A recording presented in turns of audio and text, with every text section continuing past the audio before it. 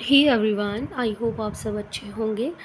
हम लोग fundamental right discuss कर रहे थे। प्रीवियस लेक्चर में हम लोगों ने राइट टू कॉन्स्टिट्यूशनल रेमेडीज़ की देखा था, इंट्रो वगैरह उसकी डिस्कस की थी हम लोगों ने कि दोनों सुप्रीम कोर्ट के पास क्या पावर है, हाई कोर्ट के पास क्या पावर है। ये सब चीज़ें हमने डिस्कस की थी। तो आज के इस लेक्चर में हम लोग डिस्कस करेंगे 5 रेट्स। ओके, देखिए, हमारे कॉन्स्टिट्यूशन जो है वो हमें सिर्फ फंडामेंटल राइट ही नहीं देता, एक एक इंडिविजुअल को सिर्फ फंडामेंटल राइट ही नहीं देता, बल्कि उसके साथ साथ कुछ मेजर्स भी देता है, कुछ रेमेडीज़ भी देता है कि अगर उनके फंडामेंटल राइट्स जो हैं वायलेट हो जाएं तो उनको इन्फोर्स करवाया जा सके। ठीक है, जैसे हम लोगों ने डिस्कस किया था। अब देखिए, मेजर्स, रेमेडियल मेजर्स सब में अगर हम लोग देखेंगे कि कौन से ऐसे राइट्स हैं जो फंडामेंटल राइट को प्रोटेक्ट करके रखते हैं, तो देखिए हम लोगों ने आर्टिकल 13 देखा था।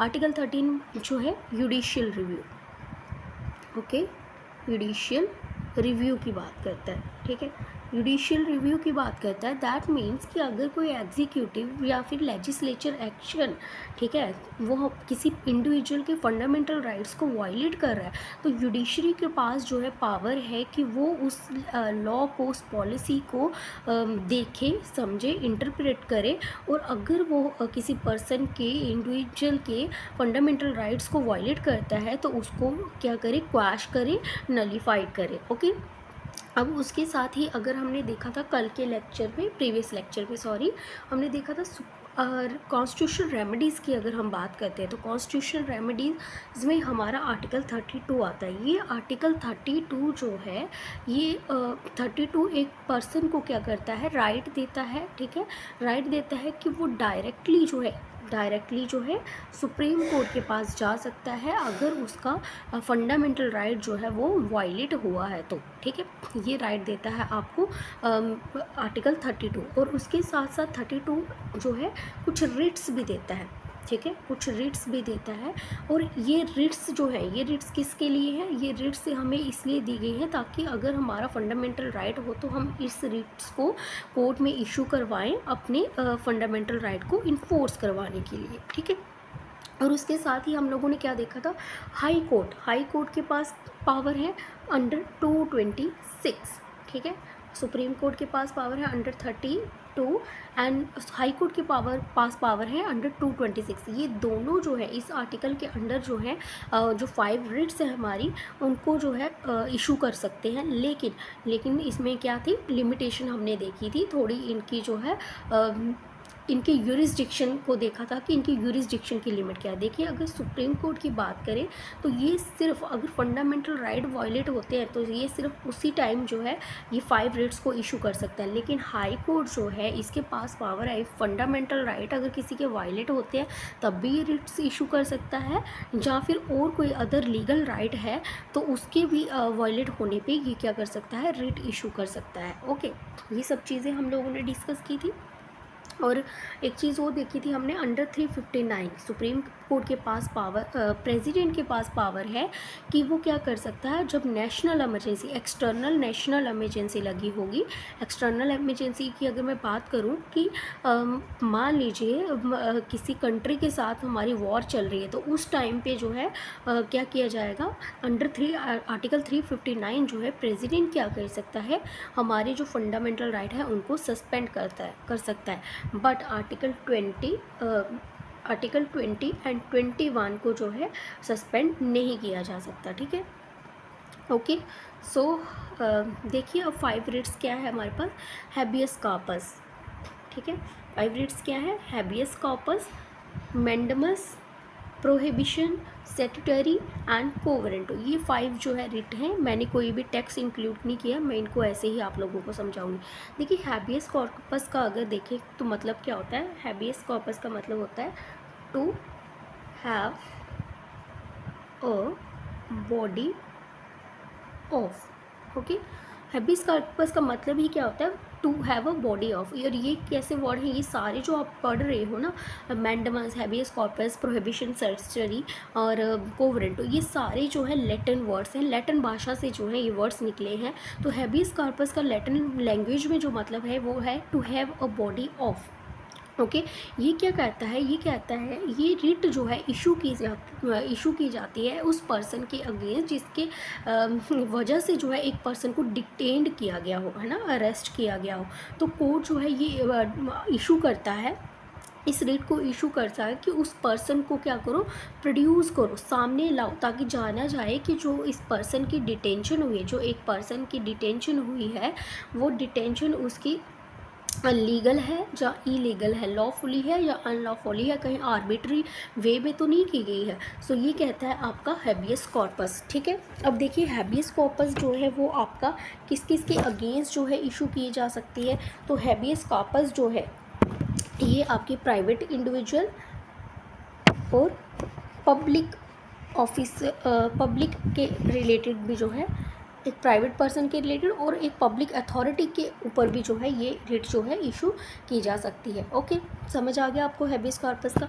अब देखिए हैबियस कॉर्पस की रिट कहाँ कहाँ यूज़ नहीं होगी, कहाँ कहाँ पे नहीं लगाई जा सकती। ठीक है, अगर तो किसी का डिटेंशन लॉफुली हुआ हो, ठीक है, लॉफुली अगर डिटेंशन हुआ हो तो वहाँ पे आप हैबियस कॉर्पस की रिट नहीं लगा सकते।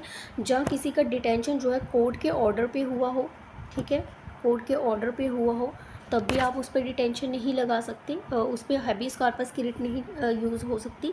और अगर डिटेंशन जो है outside the jurisdiction of the court, मैंने आपको कल ही बता दिया था कि ये मान लीजिए जो जैसे हाई कोर्ट होते हैं, हाई कोर्ट ये दिल्ली का हाई कोर्ट है, ये JNK का हाई कोर्ट है और ये दिल्ली का हाई कोर्ट है। ठीक है, तो मान लीजिए JNK के हाई कोर्ट में जो है किसी के डिटेंशन हुआ है, ठीक है, JNK में किसी का डिटेंशन हुआ है पर्सन का, तो इस केस में जो है जो दिल्ली का हाई कोर्ट है ये रिट हैबियस कॉर्पस की रिट जो है JNK के पर्सन के अगेंस्ट जो है ये फाइल नहीं कर सकता है, इशू नहीं कर सकता है। ये सिर्फ और सिर्फ जो है अपनी यूरिसडिक्शन टेरिटरी के अंदर ही अपना जो है रिट हैबियस कॉर्पस की इशू कर सकता है। ठीक है, समझ आया।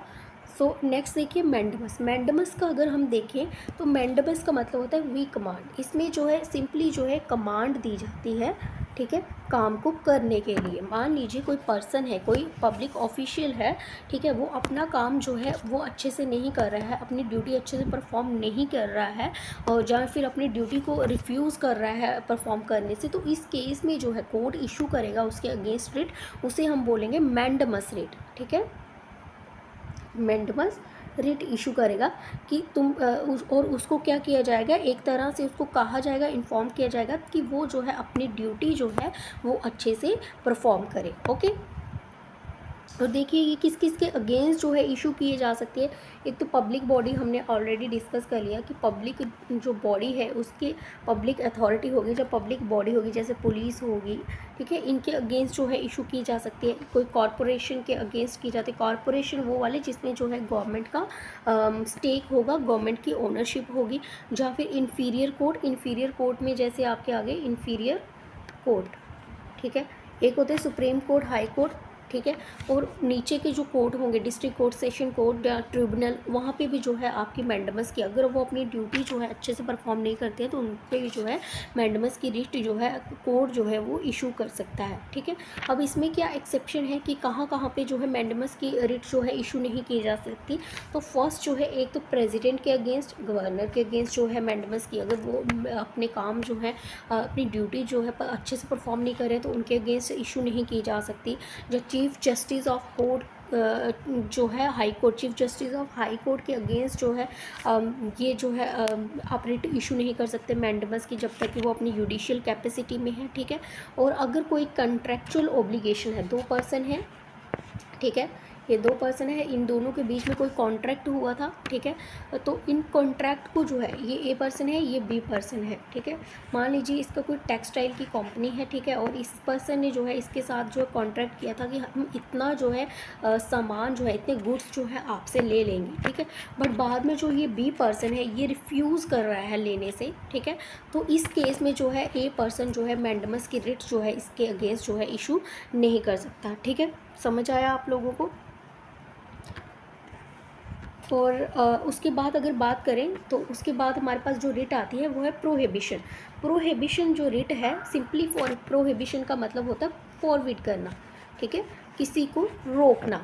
तो ये जो है ये जो रिट है ना, ये जो हायर कोर्ट है, आपके हायर कोर्ट हैं, वो लोअर कोर्ट के अगेंस्ट जो है ये रिट जो है इशू करते हैं। ठीक है, अगर मान लीजिए ये हायर कोर्ट में, जैसे सुप्रीम कोर्ट आ गया, हाई कोर्ट आ गया, ठीक है, तो ये लोअर कोर्ट, डिस्ट्रिक्ट कोर्ट और सेशन कोर्ट के अगेंस्ट जो है ये इशू कर सकते हैं रिट, या सुप्रीम कोर्ट हाई कोर्ट के अगेंस्ट जो है इशू कर सकता है ये रिट। ठीक है, ओके। और कब ये क्या क्यों कर सकता है, ताकि जो डिसीजन लेने वाला है, मान लीजिए ये सुप्रीम कोर्ट है, ये हाई कोर्ट है आपका कोई, ठीक है, ये हाई कोर्ट है, तो ये सुप्रीम कोर्ट है, ओके। तो अभी सुप्रीम कोर्ट जो, हाई कोर्ट जो है वो कोई डिसीजन लेने वाला है, ठीक है, तो डिसीजन लेने वाला है, तो सुप्रीम कोर्ट जो है इस डिसीजन को लेने के लिए इसको रोकना चाहता है, इसको प्रिवेंट करना चाहता है, तो वो क्या करेगा, कौन सी रिट को यूज़ करेगा, प्रोहिबिशन रिट को यूज़ करेगा, किसके अगेंस्ट, हाई कोर्ट के अगेंस्ट। ठीक है, ओके। और ये जो आपकी रिट है प्रोहिबिशन रिट, ये किसके, एक तो जुडिशियल और एक जो कॉजी जुडिशियल होंगे, बॉडीज़ होंगी, कॉजी जुडिशियल जो होंगी, उन्हीं के अगेंस्ट जो है ये रिट जो है इशू की जा सकती है। जैसे जुडिशियल में सुप्रीम कोर्ट, हाई कोर्ट, ये सब चीज़ें आगे रहेंगी। और कॉजी जुडिशियल में आपकी वो बॉडी आती हैं जिसमें ट्रिब्यूनल्स आते हैं। ट्रिब्यूनल्स भी क्या करते हैं, डिटरमाइन करते हैं जो भी जुडिशियल केसेस होते हैं, जैसे आपके रेलवे क्लेम्स ट्रिब्यूनल बोल लें हम लोग, या फिर नेशनल ह्यूमन राइट कमीशन बोल रहे हैं, क्योंकि ये भी तो डिटरमाइन करती है ना केसेस को। ठीक है, रिड्रेसल्स कमीशन ट्रिब्यूनल हो गया, तो ये सब जो है इनके अगेंस्ट जो है जे रिट जो है इशू की जा सकती है, कोई डिसीजन अगर वो लेने वाली है तो उसको रोकने के लिए। ठीक है, उसके बाद अगर हम स्टैट्यूटरी की बात करें, ये वाला स्टैट्यूटरी की अगर हम बात करते हैं, तो इसका मतलब सिंपली होता है सर्टिफाइड करना। ठीक है, एग्ज़ाम में क्या पता आपसे यही पूछ लिया, सर्टिफाइड करना या फिर इन्फॉर्म्ड करना। ठीक है, इन्फॉर्म करना, ओके। सो अगर हम स्टैट्यूटरी की बात करें और प्रोहिबिशन की बात करें, तो ये दोनों ही सेम ही हैं, बट थोड़ा सा माइनर सा दोनों में डिफरेंस है। अगर प्रोहिबिशन की बात करें तो ये प्रिवेंटिव नेचर का है। ठीक है, ये है प्रिवेंटिव नेचर का, लेकिन अब क्योंकि ये प्रिवेंट कर रहा है, एक डिसीजन को लेने से रोक रहा है, लेकिन अगर हम स्टैट्यूटरी की बात करें तो ये प्रिवेंटिव भी है और साथ साथ में क्यूरेटिव भी है। क्यूरेटिव इन द सेंस कि ये एक डिसीजन को लेने से रोकता है, और एक चीज़ और करता है कि अगर कोई हाई कोर्ट ने डिसीजन ले लिया है तो उस डिसीजन को ये क्या कर सकता है, क्वैश कर सकता है। ठीक है, और केस को जो है अपने पास ट्रांसफ़र करवा सकता है। मान लीजिए ये कोई सुप्रीम कोर्ट है और ये हाई कोर्ट है, ओके।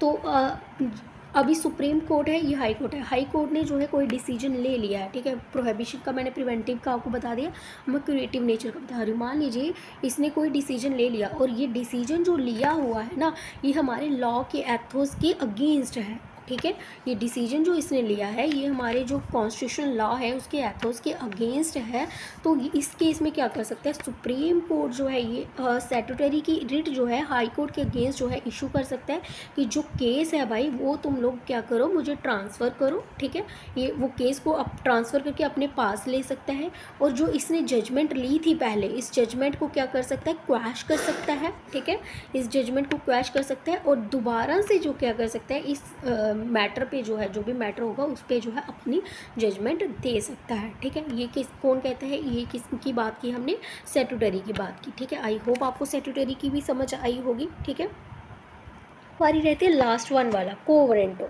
कोवरेंटो का मतलब सिंपली होता है, ये इसका मतलब है by what authority. Okay, by what authority,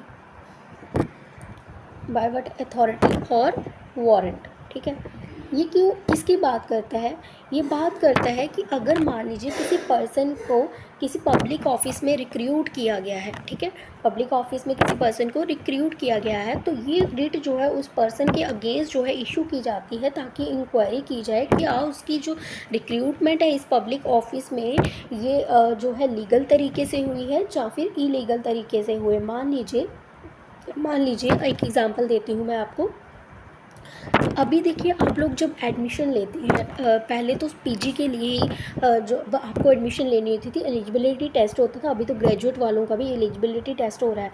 तो मान लीजिए आप एक पर्सन है, ठीक है, एक पर्सन है, उसको पीजी में एडमिशन लेना है। ये कोई लड़की है, इसको पीजी में एडमिशन लेना है, ठीक है। सो इसकी जो है क्या किया जाएगा, इसको वेरीफाई किया जाएगा, ठीक है। इस पे वेरीफाई किया जाएगा कि क्या इस लड़की की जो एडमिशन हुआ है ये जो है प्रॉपर वे से हुई है, या किसी सिफारिश से हुई है, इसने एलिजिबिलिटी का टेस्ट क्लियर करके हुई है या नहीं हुई है। तो ये होता है को वारंटो, ठीक है।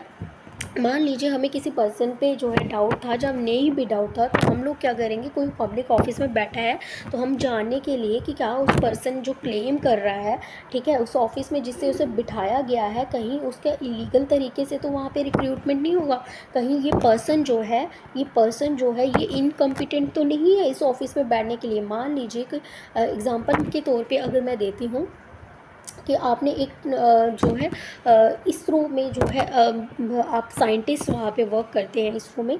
सो इसरो में जो है आपने एक पर्सन को वहाँ पे चेयरमैन बना दिया है, ठीक है, इसरो का।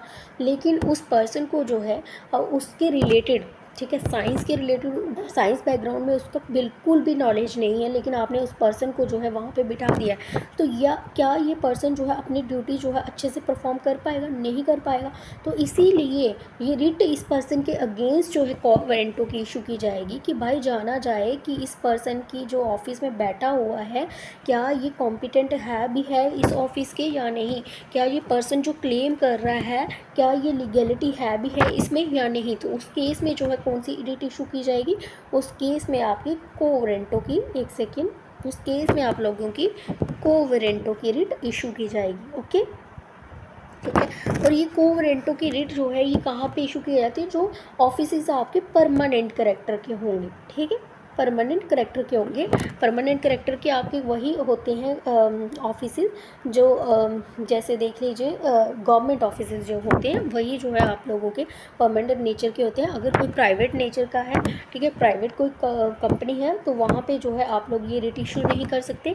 और दूसरी बात ये जो एडमिनिस्ट्रेटिव अथॉरिटीज़ हैं, एडमिनिस्ट्रेटिव जो डिपार्टमेंट है, जैसे मान लीजिए अभी गवर्नमेंट जो है, गवर्नमेंट जो बनेगी कोई भी गवर्नमेंट में जीते, ठीक है, तो जब अभी इलेक्शन के बाद जो है गवर्नमेंट बनेगी तो वो जो है काउंसिल ऑफ मिनिस्टर्स जो बनेंगे वो कौन डिसाइड करेगा, वो प्राइम मिनिस्टर जो है डिसाइड करेगा कि काउंसिल ऑफ मिनिस्टर किस किस को किस कौन कौन सा पोर्टफोलियोज जो है देना है। तो इस केस में जो है आप किसी के अगेंस्ट जो है को वारंटो की रिट जो है इशू नहीं कर सकते, ठीक है। वो तो गवर्नमेंट का डिसीजन है कि वो किसे जो है अपने पोर्टफोलियोज में जो है किसको बिठाए और किसको नहीं बिठाए। इस मैटर में जो है किसी भी तरह का को वारंटो की रिट जो है आपकी इशू नहीं हो सकती, ठीक है। सो ये थी आपकी 5 रिट्स। मैंने पूरी कोशिश की है आप इजी वे में आप लोगों के साथ जो है ये 5 रिट्स डिस्कस करने की, ठीक है। इसलिए मैंने टेक्स्ट भी इंक्लूड नहीं किया ताकि आपको चीज़ें सिर्फ अच्छे से समझ आ जाए, ठीक है। सो वीडियो अच्छा लगा हो तो प्लीज़ वीडियो को लाइक करें और चैनल को सब्सक्राइब करें। Thank you so much for watching, have a great day.